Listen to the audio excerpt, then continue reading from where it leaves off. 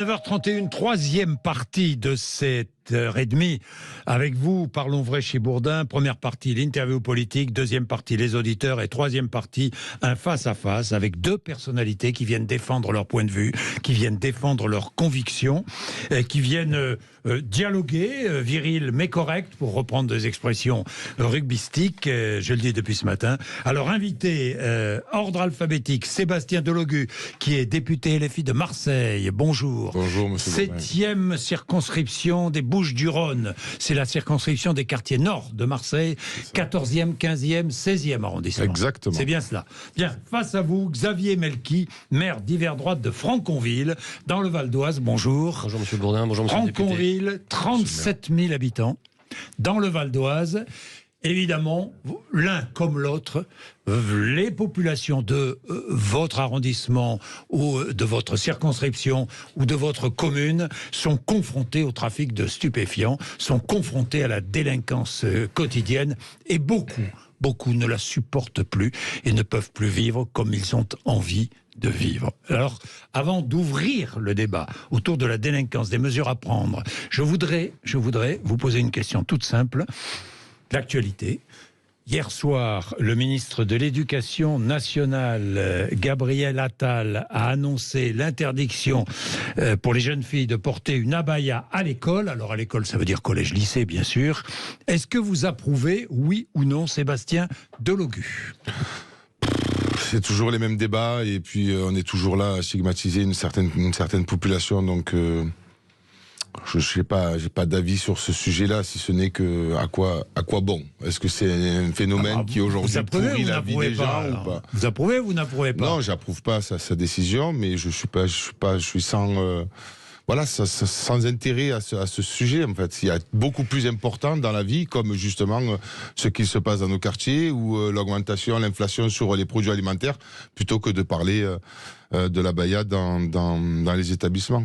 Il y a quand même une recrudescence des faits délictueux de caractère religieux dans les établissements scolaires ces derniers temps, ces derniers mois. C'est ce qu'explique Gabriel Attal. C'est la raison pour laquelle Gabriel Attal a pris cette décision. Vous l'approuvez ou pas? Je me tourne vers vous, Xavier Melki. Ah oui, moi j'approuve complètement. Et je pense que j'ai entendu les syndicats de l'éducation nationale qui demandaient une clarté, je pense qu'ils l'ont.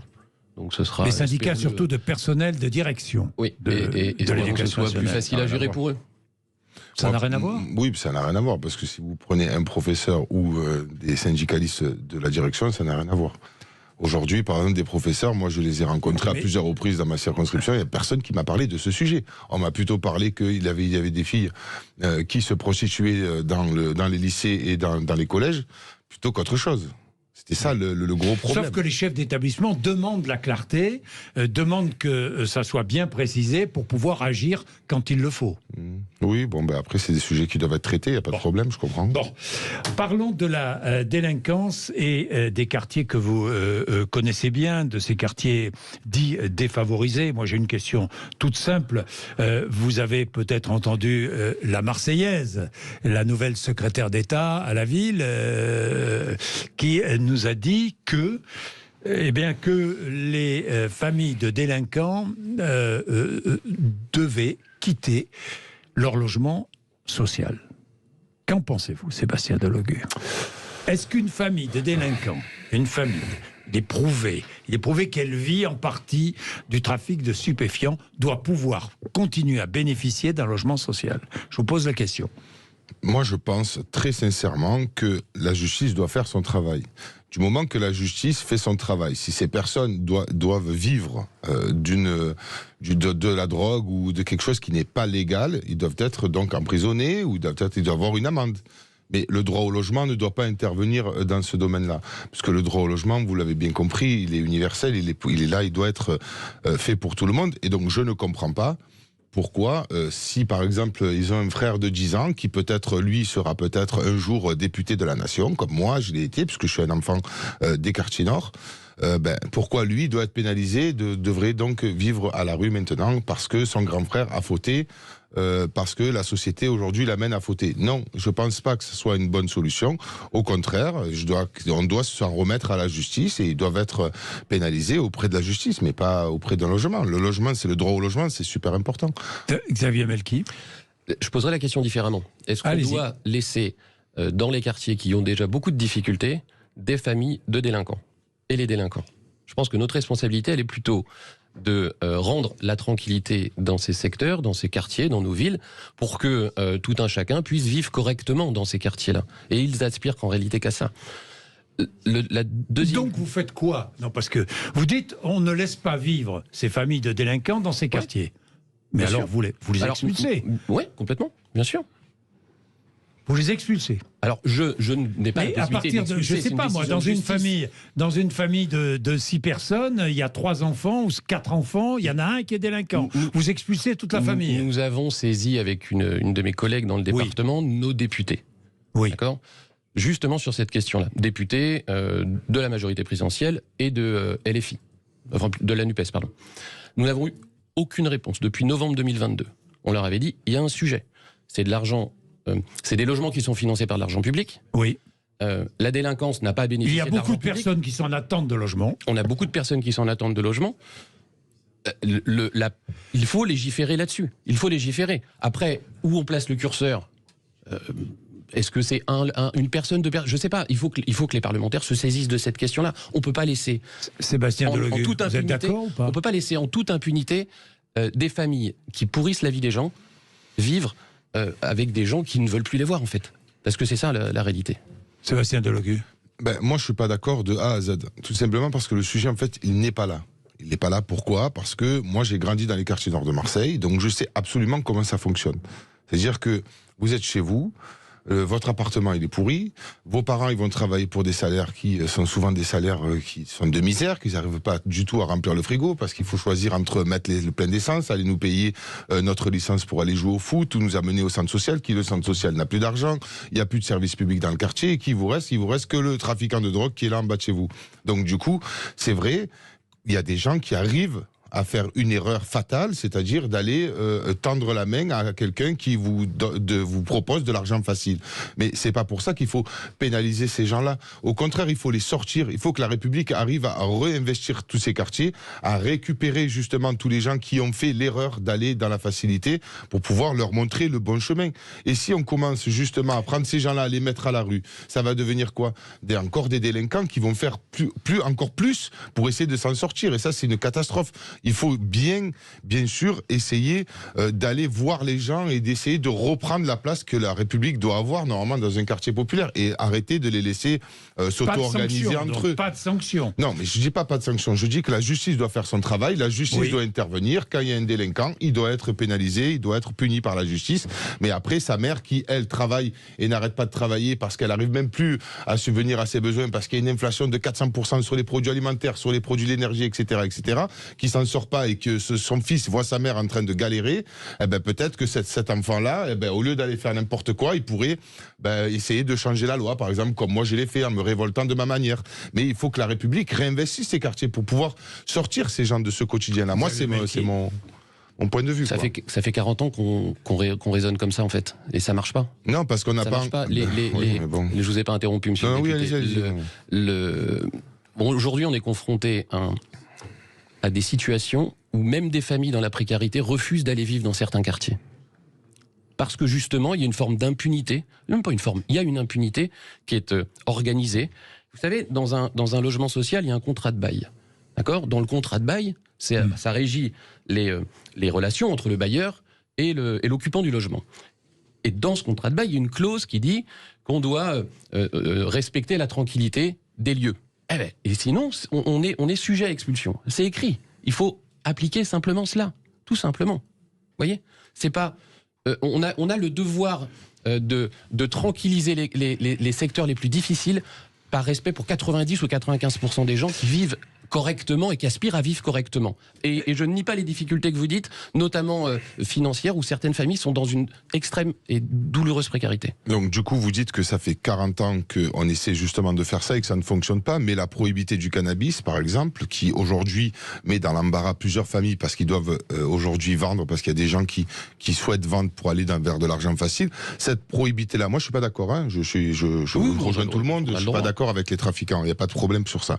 Mais la prohibité du cannabis... Heureusement, parce que vous seriez trafiquant sinon. Si exactement, j'aurais été puni par la loi. Oui, exactement. Oui. Non mais bon, je suis moi pour la légalisation du cannabis, mais je suis pas pour les trafiquants. Oui, ça, moi, ce que je me dis aujourd'hui, c'est très simple, c'est que pendant 30 ans, la prohibition du cannabis, c'est-à-dire l'interdiction du cannabis, qui est donc pénalisée par la loi, qu'est-ce qu'elle a apporté, si ce n'est d'apporter à chaque fois des policiers que j'ai rencontrés, que je suis allé voir, que j'ai beaucoup parlé avec eux, que j'ai beaucoup critiqué, et qui m'ont regardé, qui m'ont dit, mais nous, on est le dernier rempart de la misère sociale, on est le dernier rempart de la République, et ils ont raison, parce que derrière, il n'y a pas de centre social, parce qu'il n'y a pas de financement pour les centres sociaux, et donc du coup, il n'y a pas d'activités qui sont prévues pour sortir les gens. Les logements, ils sont complètement insalubres, la loi SRU n'est pas respectée dans la France entière, donc du coup, c'est compliqué aujourd'hui, parce que les gens, ils s'entassent les uns des autres, et quoi, il y a beaucoup de problèmes qui amènent... La loi SRU est respectée dans beaucoup de communes, faut pas... Oui, ben pas à Marseille, en tout cas, pas à Marseille, hein, pas à Marseille. Hein. Il est 9h42, à tout de suite pour la suite de ce débat. Sud Radio, parlons vrai chez Bourdin, 9h-10h, Jean-Jacques Bourdin. Face à face, Sébastien Delogu, qui est député Les Filles de Marseille, et Xavier Melki, maire d'hiver droite de Franconville. Xavier Melki, vous avez écrit aux députés du Val d'Oise, vous leur demandez qu'ils mettent en place, qu'ils proposent une proposition de loi afin de faciliter l'expulsion en coopération avec les maires sans aucune possibilité de relogement dans le parc social de toute famille dont l'un au moins des membres s'est rendu coupable d'un acte répréhensible tant au sein de la résidence qu'en dehors.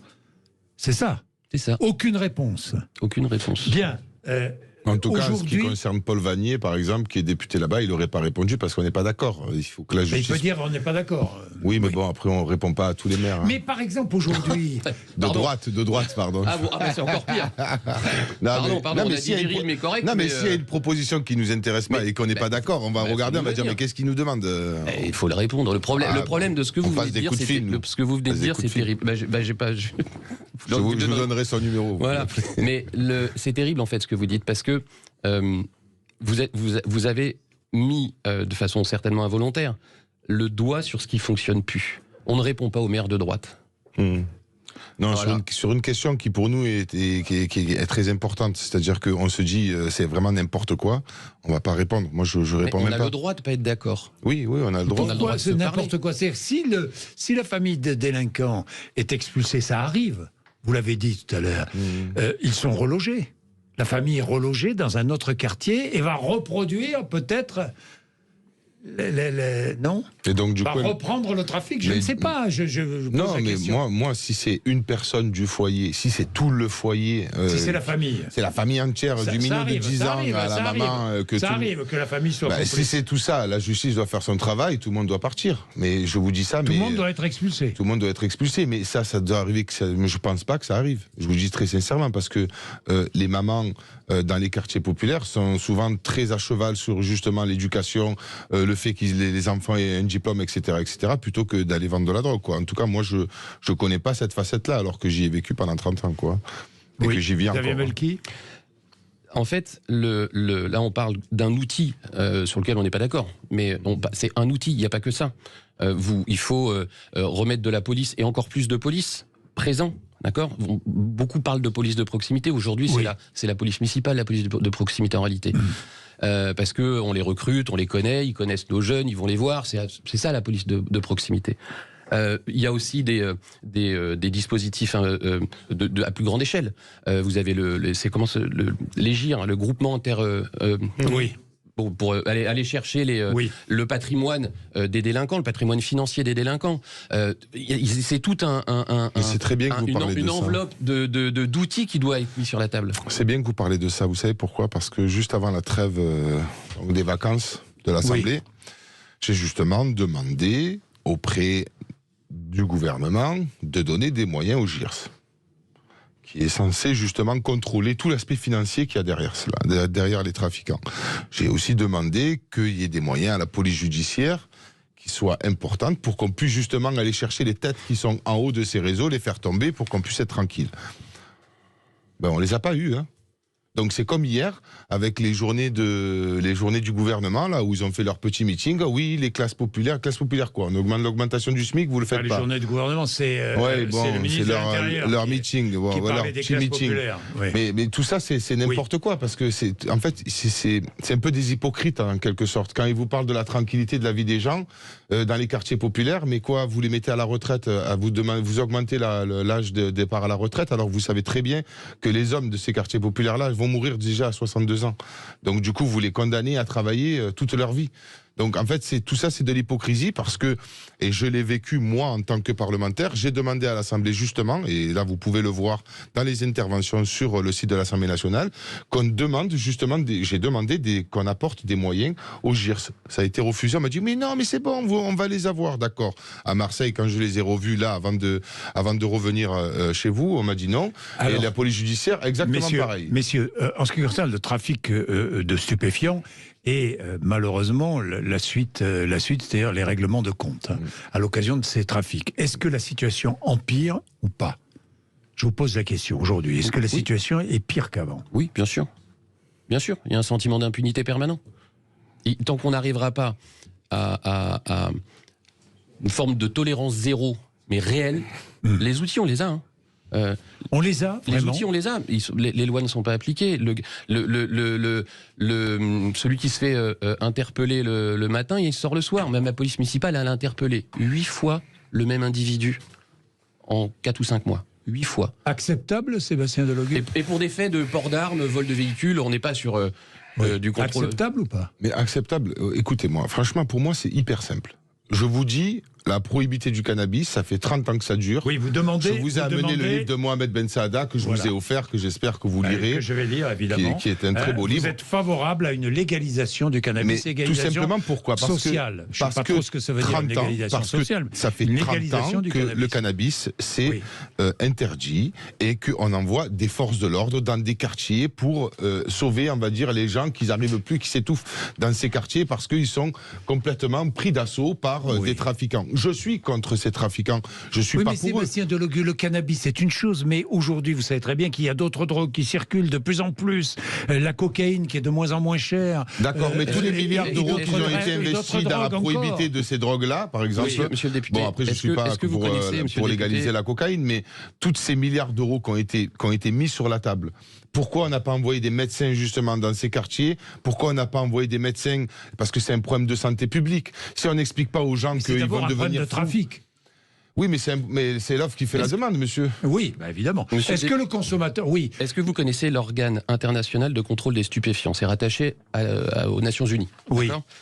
Ils ont émis un rapport en 2022. Il y a quelques extraits qui sont... intéressants. Ils sont basés sur ce qui s'est fait au Canada, en Uruguay, aux États-Unis. Il y a le Colorado et puis un autre État, je ne sais plus. Et ils ont analysé le marché, si j'ose dire, du stupéfiant, du cannabis en l'occurrence, avant légalisation et après légalisation. Ça n'a rien changé. Oui, mais le problème, c'est que... Ça n'a rien changé. Non, c'est pas vrai, parce que vous avez de partout en Europe, tout autour de l'Europe, déjà des pays qui sont en train de le légaliser et de...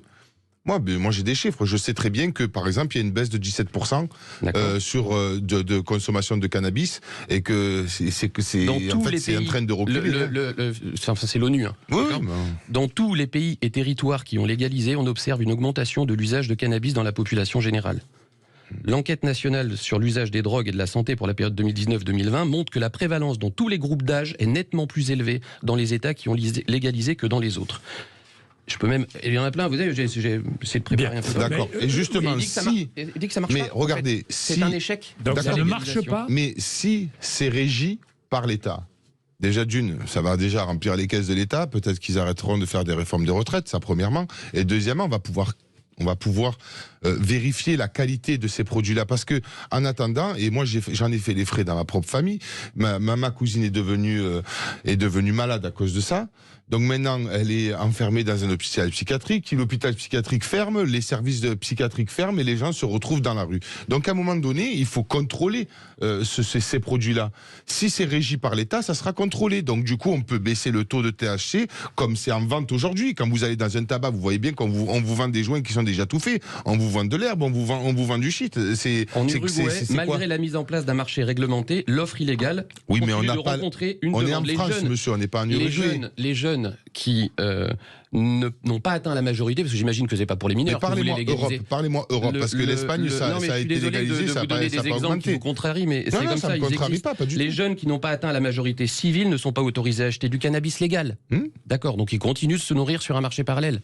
Et puis, pardon, mais les dealers, ils vont faire quoi? Vous pensez qu'ils vont dire, ah bah tiens, finalement c'est légal, bah du coup, on va faire une formation, puis on va aller bosser, on va payer nos impôts. Mais c'est pas comme ça que ça va fonctionner. Ils vont vendre quoi? Ils vont changer de dimension, ils vont vendre autre chose. Bon, ben alors, laissons les gens mourir dans les quartiers, alors. Pas du tout. Laissons les gens mourir. Soyez pas mais c'est ce qui se passe. Moi, chez moi, c'est tous les soirs, ça tire. Pour des trafiquants, on envoie la police, ça fait 30 ans qu'on envoie la police, et ça ne cesse d'augmenter. Donc, quelle est la solution? Moi, vous me dites que... Nettoyons les quartiers, tout simplement. Vous entendez parler, mettez les gens, mettez les gens qui doivent être condamnés en prison, vraiment en prison. Pas avec un bracelet puis on repart là d'où l'on vient. Mais vous croyez qu'en prison ils peuvent pas gérer leurs affaires de loin? Parce qu'ils le font, excusez-moi, mais c'est ce qui se passe. Et dès qu'il y en a un qui rentre, il y en a un autre qui prend la place. C'est comme ça, c'est une mécanique qui est tellement simple.